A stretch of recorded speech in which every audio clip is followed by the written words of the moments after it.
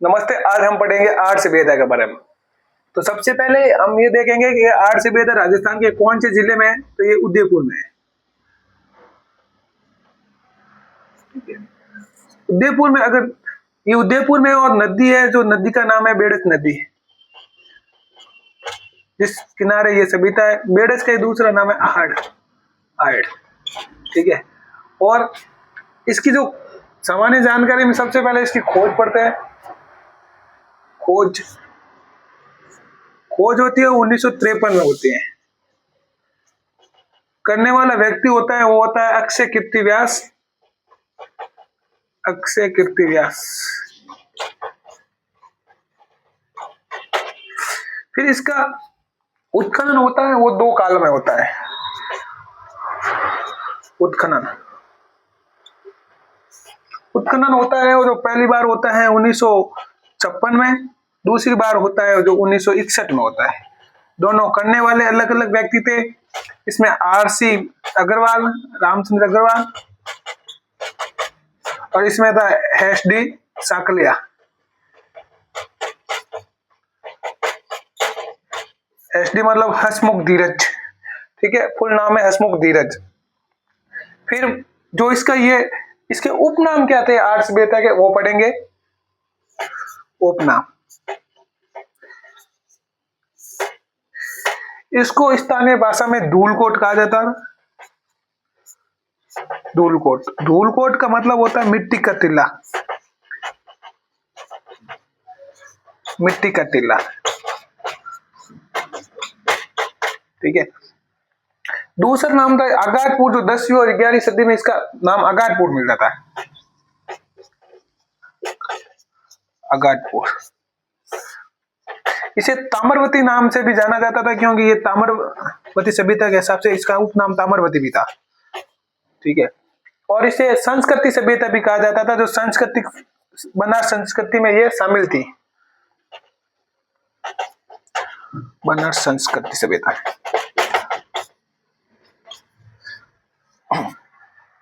इसका कालक्रम देखा जाए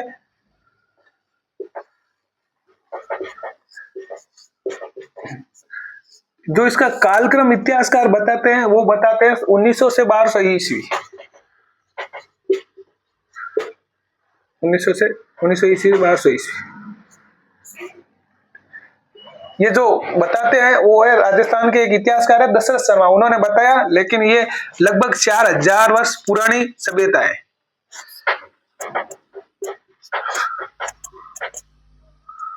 4000 वर्ष पुरानी सभ्यता,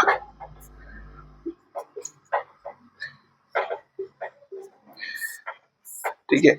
और इसका कालक्रम हो गया, सामान्य परिचय हो गया। अब हम वहां के जो मोस्ट इंपोर्टेंट है ना, जो आर्ट सभ्यता से जो रिलेटिव या संबंध रखते हैं, उनके बारे में हम पढ़ेंगे।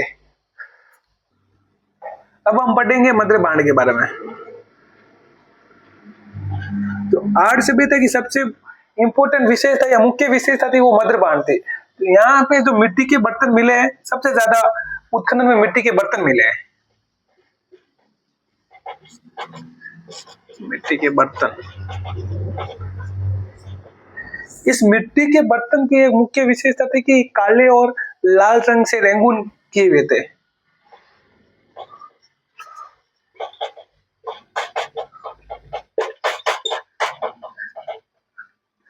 रंगे हुए। और यहाँ के लोग थे, जो धातु थी, वो एक तो कांस्य धातु, तांबा से परिचित थे, लेकिन एक धातु थी सांदी। सांदी से वो अपरिचित थे।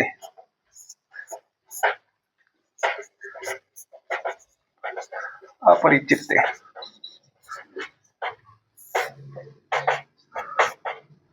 और यहां से सबसे बड़ी बात है कि एक छुल्ले जो जिसके अवशेष मिले, उस पे हाथ के निशान, और जो छुल्ले है वो द्विमुखी है। द्विमुखी का मतलब होता है वहां पे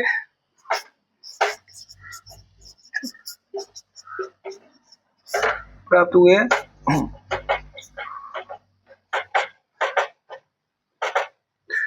द्विमुखी।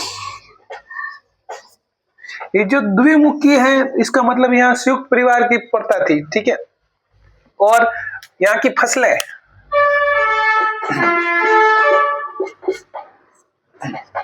फसलों में क्या है, यहाँ लोग एक तो सबसे इंपॉर्टेंट चावल, गेहूं, गेहूं जो कालीबंगा उस समय भी करते थे। जो नई चीज थी वो थी ज्वार, यहाँ के लोग ज्वार की खेती भी करते थे। और इस ज्वार के साथ साथ अगर फसल कर दी तो इसको इकट्ठा करने के लिए जो पात्र की आवश्यकता होती थी उस पात्र को कहते थे गोरे और बकोटे। ऐसा कहीं आ जाए कि गोरे और बकोटे कौन से सभ्यता से संबंधित है तो वो है आर्य सभ्यता से। और ये क्या है, तो ये अनाज इकट्ठा करने के पात्र थे।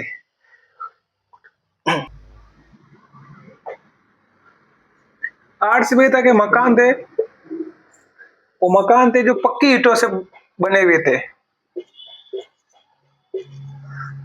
पक्की ईंटों से बने हुए थे।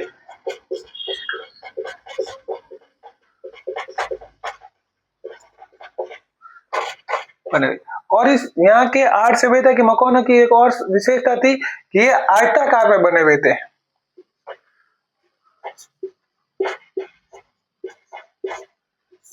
आयताकार में निर्मित।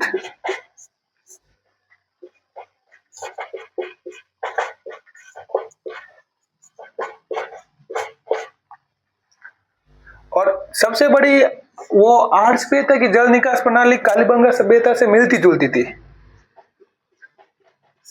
मतलब यहाँ नालियां थी।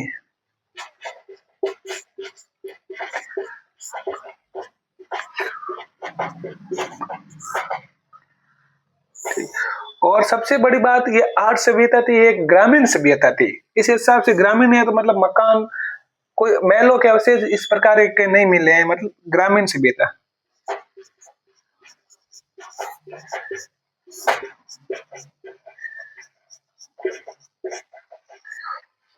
और जो ग्रामीण सभ्यता थी, अब हम उसके बाद आगे मकान हो गया, मदरपांड हो गया, तो फसलें हो गई। अब हम वहां के पशुपालन के बारे में पढ़ेंगे।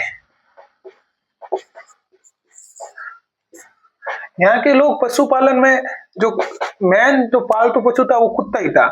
अभी तक यहाँ के लोग जो घोड़े और गाय से वाकिफ नहीं थे। अब हम आर्य सभ्यता के अगले टॉपिक के बारे में पढ़ेंगे, आर्य का व्यवसाय। व्यवसाय सबसे बड़ी बात है कि यहाँ के लोग धातु से परिचित थे। धातु में सबसे पहले बताया गया एक ताम्रवती थी, तो यहाँ के लोग तांबा धातु की, तांबा गलाने की भट्टियां प्राप्त हुई हैं।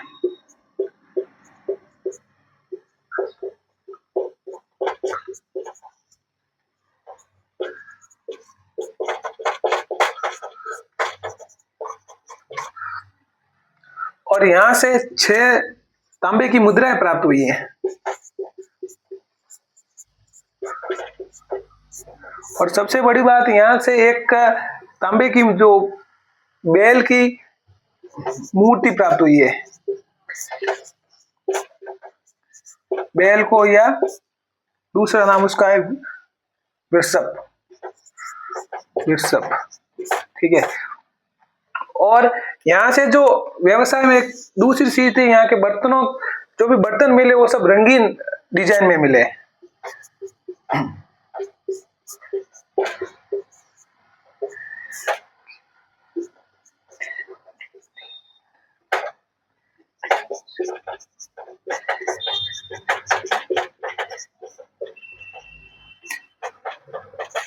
किए मिले।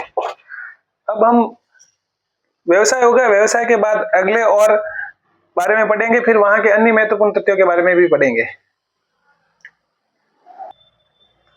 अन्य तथ्य, अब आर्य सभ्यता के अन्य तथ्य में हम पढ़ेंगे अन्य तथ्य। सबसे पहले ये जो आर्य सभ्यता का विकास हुआ वो 8 स्तरों पे हुआ।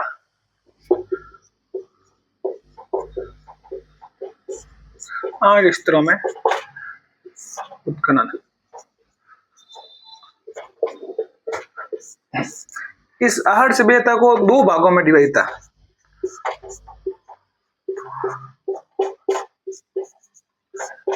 बटी हुई।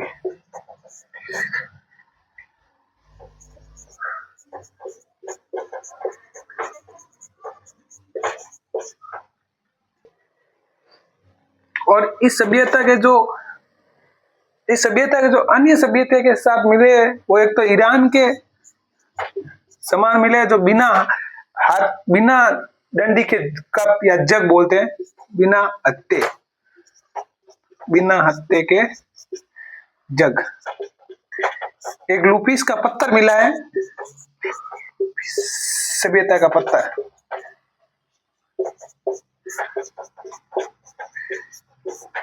और सबसे बड़ी ये दक्षिणी पश्चिम राजस्थान की सबसे इंपोर्टेंट सभ्यता थी। दक्षिण पश्चिम राजस्थान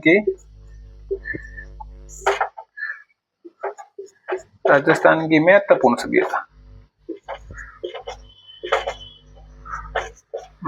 सभ्यता थी।